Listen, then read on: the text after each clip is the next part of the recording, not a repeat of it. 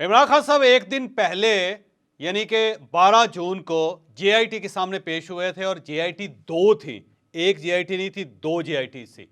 और उसमें इमरान खान साहब से सवाल कौन से किए गए, इमरान खान साहब का बिहेवियर क्या था, इमरान खान साहब ने वहां पे क्या क्या कहा, ये हम आपको आज के वीलॉग में बताएंगे। इमरान खान साहब ने क्योंकि जेआईटी पे दस्तखत कर दिए हैं और अपना जो एतराफ़ी बयान है वो दे दिया है, अब इस एतराफ़ी बयानात के बाद इमरान खान साहब को कितनी सज़ा हो सकती है ये भी हम आपको आज के वीलॉग में बताएंगे। क्या इमरान खान साहब ने जेआईटी में उन तमाम फौजी अफसरों के बारे में सबूत पेश किए जिनके बारे में इनका कहना था कि इन्होंने मुझे कत्ल करवाने की कोशिश की,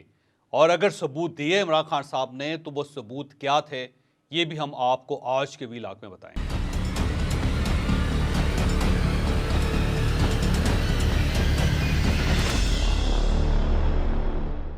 मंडे 12 जून को इमरान खान साहब दो जेआईटीज़ के सामने पेश हुए थे। पहली जो जेआईटी थी वो 18 मार्च के रेफरेंस से हुई थी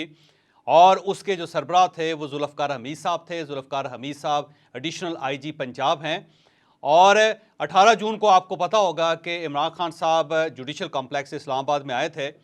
और उस दिन इनके वर्कर्स ने बहुत तोड़ फोड़ की थी और बहुत ज़्यादा हंगामा आराई हुई थी। आपको याद होगा, आप देख भी रहे हैं अपनी टेलीविज़न पे।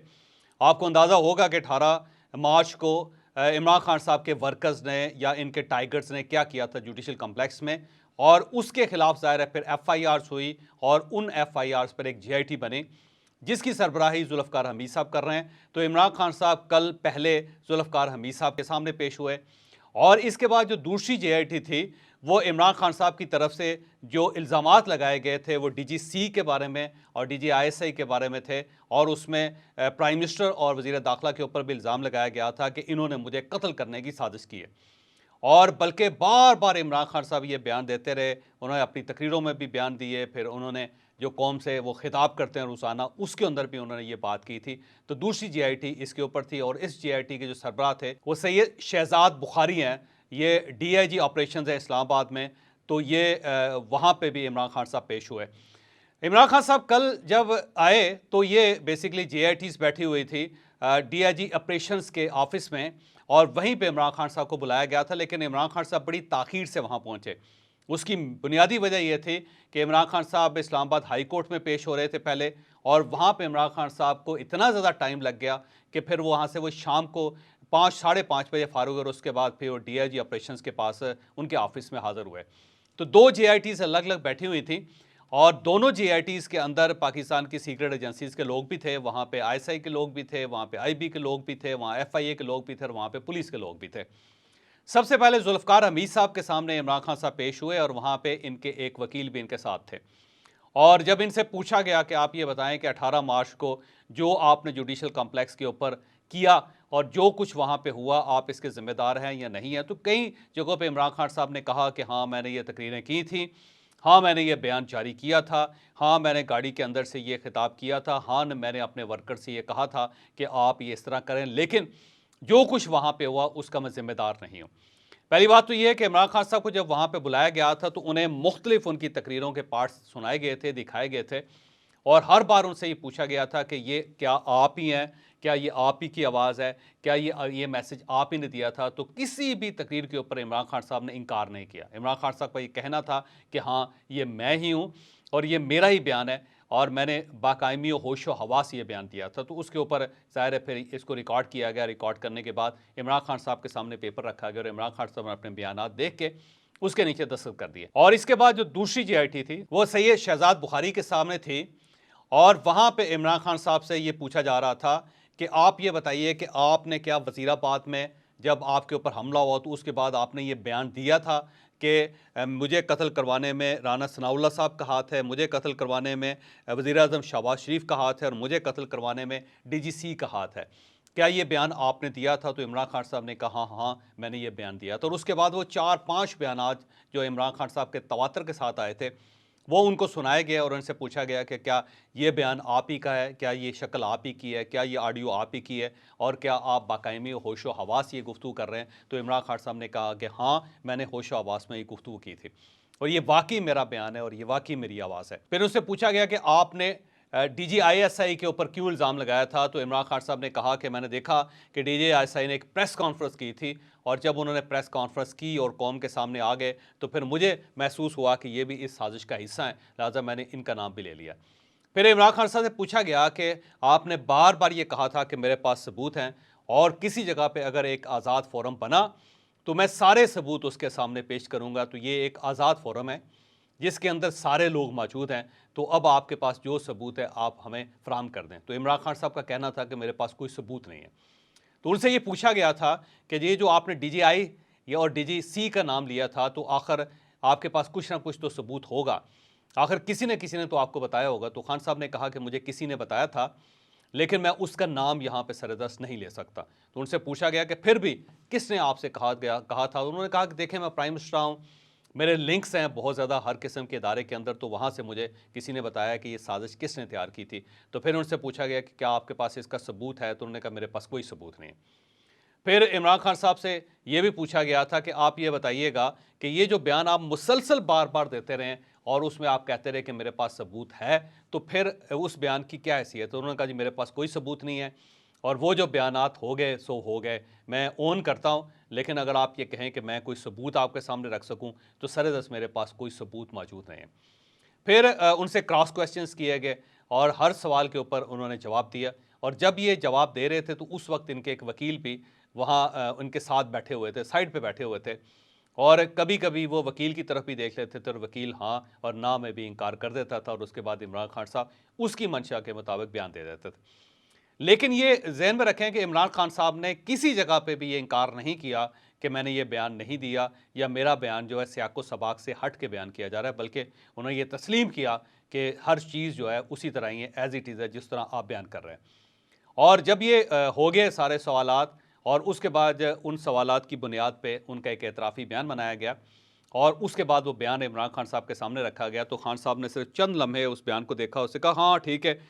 ये मेरी बातें हैं, जो कुछ मैंने आपसे कही वो बिल्कुल आपने दुरुस्त लिखा है, और फौरी तौर पे उसके ऊपर दस्तखत कर दिए। लिहाजा इमरान खान साहब ने उसे गौर से पढ़ने की जसारत भी नहीं की, जो इमरान खान साहब अमूमन करते रहते हैं, को देखते चीज़ों को बस कहते ठीक है। तो इसके बारे में भी वो मुकम्मल कॉन्फिडेंट थे कि जो भी है पर ठीक है, मैं बच जाऊँगा, कोई ऐसा ख़ास इशू नहीं है। और उसके बाद ज़ाहिर है फिर इमरान खान साहब चले गए। अब दोनों JITs की जो रिपोर्ट है उसको तैयार किया जा रहा है और तैयार करने के बाद फिर इसे हुकूमत के पास भिजवा दिया जाएगा, फिर गवर्नमेंट इसको किसी जगह किसी अदालत में पेश करेगी। अब यहाँ पे कुछ चीज़ें हैं जिनका ज़ाहिर है मैं आपके सामने इजहार करना चाहता हूँ। पहली चीज़ तो ये है कि इमरान खान साहब जब JIT के सामने पेश हुए थे दोनों में, तो इमरान खान साहब कुछ ज़्यादा परेशान नहीं थे, बस वो एक बिल्कुल नॉर्मल थे और उन्हें कोई टेंशन या एंग्जाइटी नहीं थी, फुल कॉन्फिडेंस के साथ बैठे हुए थे। बस उनको कभी कभी ये ज़रूर एहसास होता था कि मैं साबिक प्राइम मिनिस्टर हूँ और अब मुझे टेबल की दूसरी साइड पे बैठना पड़ रहा है और ये वो लोग हैं जिनकी मैं पोस्टिंग्स करवाया करता था या जिनकी मैं अपॉइंटमेंट करवाया करता था और अब ये मेरे सामने बैठे हुए हैं और मुझसे सवाल जवाब कर रहे हैं। इतना एक एहसास था उनको, लेकिन बाकी किसी चीज़ के ऊपर उनको ख़ास परेशानी नहीं थी।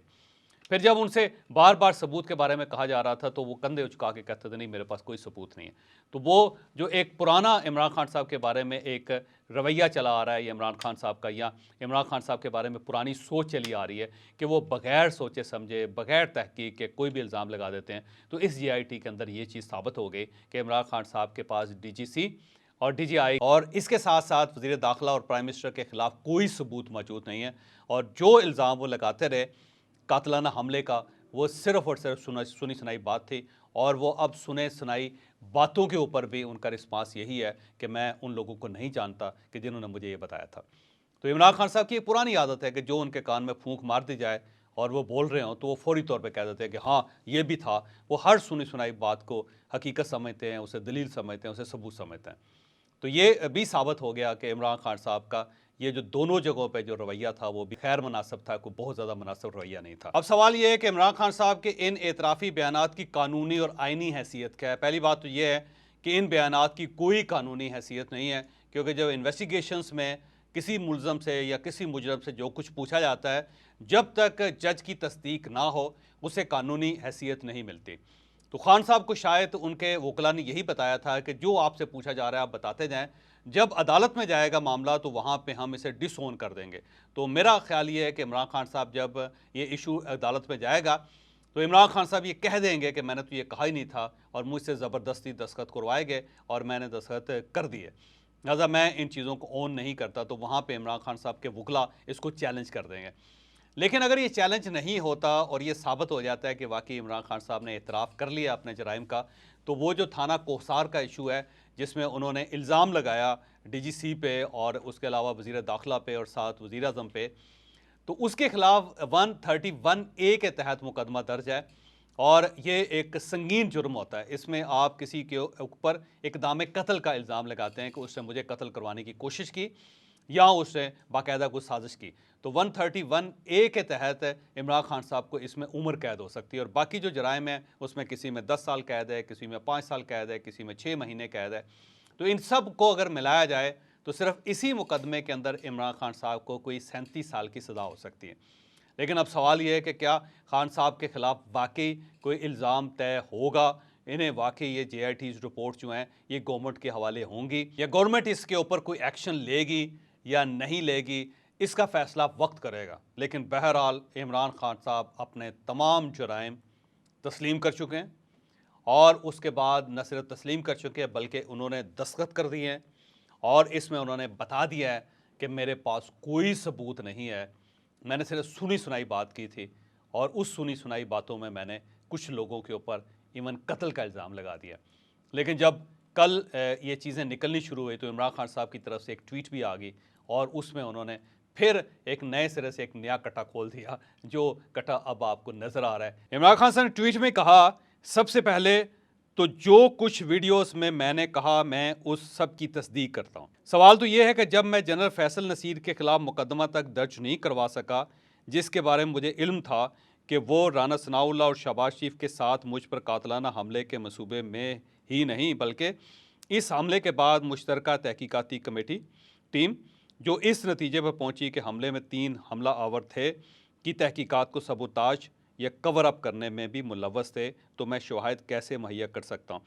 तो अब आप देख लीजिए कि वहाँ पे वो मान गए हैं कि मेरे पास कुछ सबूत नहीं है, लेकिन ये जो ट्वीट है इसमें उन्होंने फिर इल्ज़ाम लगा दिया। तो ये इमरान खान साहब का एक ख़ास स्टाइल है कि वो कुछ भी कह देते हैं और फिर उसके बाद दोबारा कुछ भी कह देते हैं और उनको ना को पूछने वाला है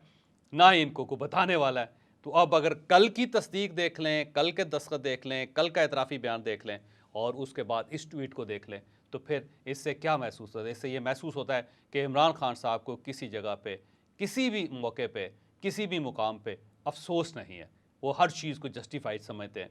वो ये समझते हैं कि अगर मैंने किसी के ऊपर इल्ज़ाम लगा दिया है तो मेरा इल्ज़ाम ही सबूत है, किसी मज़ीद सबूत की ज़रूरत है ही नहीं।